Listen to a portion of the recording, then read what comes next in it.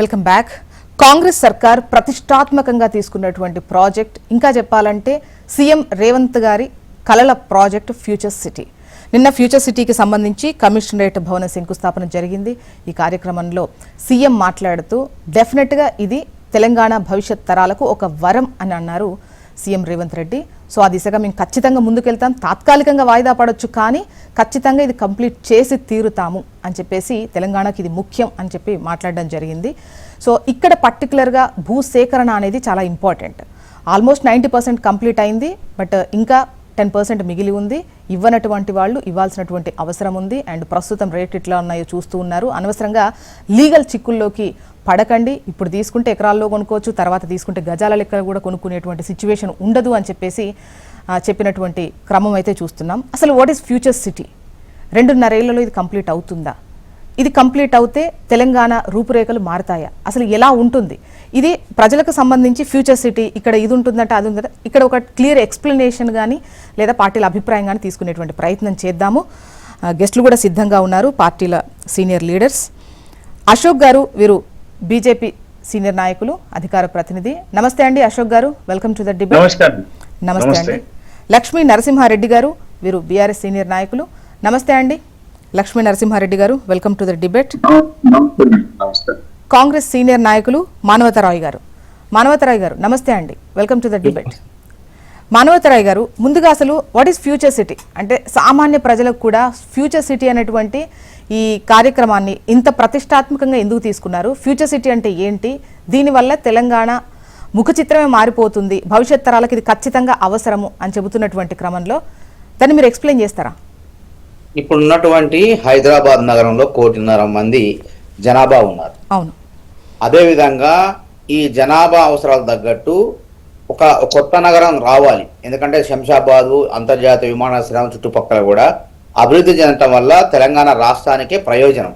అయితే గతంలో చూడండి, భాగ్యనగరం కులీ కుతుబ్ షా ఎప్పుడు 1730లో చార్మినార్ నిర్మించి భాగ్యనగరం అభివృద్ధికి వారు పాటుపడ్డారు. భాగ్యనగరం విస్తరించింది వారి హయాంలో. ఆసఫ్ జాహీల క్రమంలో అటు హైదరాబాద్తో పాటు సికింద్రాబాద్ నగరాలు కూడా జంట నగరాలుగా అభివృద్ధి చెందింది. అదేవిధంగా చంద్రబాబు నాయుడు హయాంలో సైబరాబాద్ ప్రాంతం మొత్తం కూడా ఒక ప్రాంతంగా అభివృద్ధి చెందింది. ఇక ఆ తర్వాత పాలకులు దాన్ని విస్మరించారు. అంటే పెరుగుతున్నటువంటి జనాభాకు అవసరాలకు తగ్గట్టు ఉండాలి. తర్వాత ఇక్కడ ఉన్నటువంటి డ్రైనేజీ వ్యవస్థ కానీ అంతా కూడా ఎప్పటికప్పుడు పైపులు పగిలిపోవటం, లేకుంటే ఇబ్బందికరమైన పరిస్థితులు, వర్షం వస్తే వరదలు రావటం, చెరువులు కుంటలు ఆక్రమిస్తే దాన్ని కాపాడే ప్రయత్నం చేస్తాను ఈ విధంగా. కాబట్టి మరొక నగరం ఉండాలనేటువంటి ఆలోచన రేవంత్ రెడ్డి గారిది. కాబట్టి ఇవాళ వాళ్ళందరూ గుర్తున్నారు మనకి. ఎప్పుడో 1730లో ఆయన గుర్తున్నాడు, కులీ కుతుబ్ షా. అదేవిధంగా మీర్ ఉస్మాన్ అలీ ఖాన్ 7వ నవాబు. హైదరాబాద్ నగరంలో వరదల నియంత్రణకు హిమాయత్ సాగర్, ఉస్మాన్ సాగర్లు నిర్మించాలని చెప్పేసి, వరదలు రావని చెప్పేసి పైనుంచి మూసి ఈసీ నదుల నుంచి వరదలు అక్కడే నిలుపుదల చేసి ఆ నీటిని హైదరాబాద్ జంట నగరాలకు తాగునీటి సదుపాయం కింద ఉపయోగించుకోవచ్చు అని ఒక మహత్తరమైన ఆలోచన చేసి ఇప్పటికి మనం తలుచుకుంటున్నాం. కాబట్టి రేవంత్ రెడ్డి గారు చేసిన సూచనలో కూడా మంచి ఆలోచన ఉంది. కాబట్టి ప్రతి ఒక్కళ్ళు కూడా హైదరాబాద్ నగరానికి సికింద్రాబాద్ ప్రాంతం రావడం వల్ల సంఖ్య అత్యధిక సంఖ్యలో ఉంది. కాబట్టి వీళ్ళందరి అవసరాలకు తగ్గట్టు నిర్మాణాలు కానీ, డ్రైనేజీ వ్యవస్థ కానీ ఆధునిక హంగులతో ఉండాలంటే తప్పకుండా ఆ వైపు కూడా అభివృద్ధి జరగాలి. కాబట్టి రేవంత్ రెడ్డి గారి ఆలోచన ఫ్యూచర్ సిటీగా పేర్కొనడం జరిగింది. హైదరాబాద్ జనాభా అనేది రోజు రోజుకి పెరుగుతూ వస్తుంది తప్ప తగ్గటం లేదు. ఇక్కడ ఉన్నటువంటి వాతావరణ పరిస్థితులు, ప్రపంచంలో దేశంలో అన్ని రాష్ట్రాల ప్రజలు ఇప్పుడు ఉత్తరాది నుంచి ఎక్కువ వలసలు వస్తున్నారు. పంజాబు, మన ఉత్తరప్రదేశ్, జార్ఖండ్, ఛత్తీస్గఢ్ ఈ ప్రాంతాల వాళ్లకు ఉపాధి అవకాశాలు దొరుకుతున్నాయి. ముబ్బడిగా వలసలు వస్తున్నారు. ఏ రాష్ట్రానికి పోవట్లే.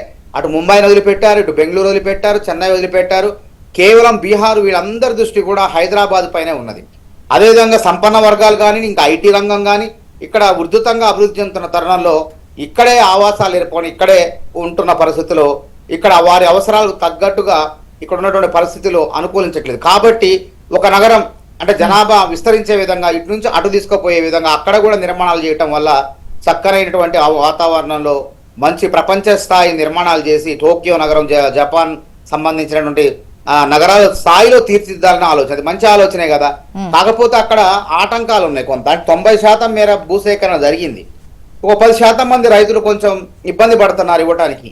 సరే, వాళ్ళను కూడా సంతృప్తి పరిచేసి ఆ యొక్క ఆ 10% భూములు కూడా తీసుకున్న తర్వాత తప్పకుండా భవిష్యత్ కాలంలో ఇప్పుడు ప్రభుత్వం సంబంధించిన స్పోర్ట్స్ యూనివర్సిటీ కానివ్వండి, రకరకాల నిర్మాణాలు కానివ్వండి, మన ఒప్పందాల ప్రకారం సినిమా పరిశ్రమ కానివ్వండి, ఇంకా వేరే రకరకాల సంస్థలు కూడా ఒప్పందాలు చేసుకునే వాళ్ళకు కూడా భూములు ఇస్తున్నాం అక్కడ. కాబట్టి రైతులు కూడా ఆలోచన చేయాల్సింది ఏంటంటే 6 నెలల క్రితం 3 కోట్లు ఉన్నటువంటి అక్కడ భూమి ఇవాళ 6 కోట్లుగా మారుతుంది. కాబట్టి ఆలోచన చేయండి. ఇప్పుడు ప్రభుత్వం ఇచ్చేటువంటి డబ్బులతో మీరు ఎకరాలు కొనుక్కోవచ్చు, లేకపోతే గజాల స్థాయిలో కొనుక్కోవచ్చు అనేది అది ఇక రకమైన ఇబ్బందులు ఉంటాయని చెప్పేసి ముందు చూపుగా రేవంత్ రెడ్డి గారు రైతులను చైతన్యపరిచే కార్యక్రమాన్ని చేపట్టారు. కాబట్టి తప్పకుండా ఈ భవిష్యత్తులో చరిత్రలో సువర్ణాక్షరాలతో లిఖించబడ్డ చర్య భవిష్యత్ నగరం, దాంట్లో రేవంత్ రెడ్డి పేరు సువర్ణాక్షరాలతో లిఖించబడుతుంది. కాబట్టి రైతులందరినీ కూడా సహకరించండి. తొందరగా మీరు అనవసరంగా న్యాయస్థానాలను కానీ అటుగాని ఆశ్రయించకండి, తద్వారా జాప్యం అవుతుంది. కాబట్టి పరిష్కరించుకుందాం ఆలోచనలో రాష్ట్ర ప్రభుత్వం ఉన్నది. కాబట్టి ఈ యొక్క ఫ్యూచర్ సిటీలు అంటే భవిష్య నగరం అంటే ఒక్కొక్క పాలకుడు, ఒక్కొక్క ముఖ్యమంత్రి వారి యొక్క ఆలోచనలనంగా చరిత్రలో మనం గుర్తుపెట్టి మీర్ ఉస్మాన్ అలీ ఖాన్, చంద్రబాబు నాయుడు, ఇప్పుడు వాళ్ళ పేరున ఇలా రేవంత్ రెడ్డి గారు చేరటం జరిగింది. కాబట్టి ప్రతి ఒక్కళ్ళు కూడా సహకరించడం, దాని అనుకూలమైనటువంటి వాతావరణంలో ఆ అద్భుతమైనటువంటి నూతన సాంకేతిక పరిజ్ఞానంతో ఆ ప్రాంతాన్ని, కొత్త నగరాన్ని మలుచుకునే ప్రపంచ స్థాయి నగరంగా తీర్చిదిద్దేందుకు చర్యలు జరుగుతున్నాయి. కాబట్టి ప్రతిపక్షాలు కూడా దీనికి సహకరించాలా. గతంలో కేసీఆర్ గారు ఈ ఆలోచన చేయలేదు. ఫార్మా సిటీ అనో ఏదో ఆ ప్రాంతంలో అనుకున్నారు. ఫార్మా సిటీ కన్నా కూడా ఆల్రెడీ సేకరించి పెట్టినట్టున్నారు కదా, అది సేకరించారు. దాని ప్రభుత్వం వెసులుబాటు ఉంది. దాన్ని ఎట్లంటే అట్లా మలుచుకునేటువంటి అవకాశం ఉంది ప్రభుత్వాలకు. కాబట్టి రైతులను ఒప్పించారు. 90% మంది రైతులు మనకు భూములు ఇచ్చేశారు. ఇంకా 10% మంది దగ్గరే కొంత ఇబ్బంది ఉన్నది. వాళ్ళ యొక్క సమస్యను కూడా పరిష్కరిస్తాం. తప్పకుండా తెలంగాణలో భవిష్య నగరం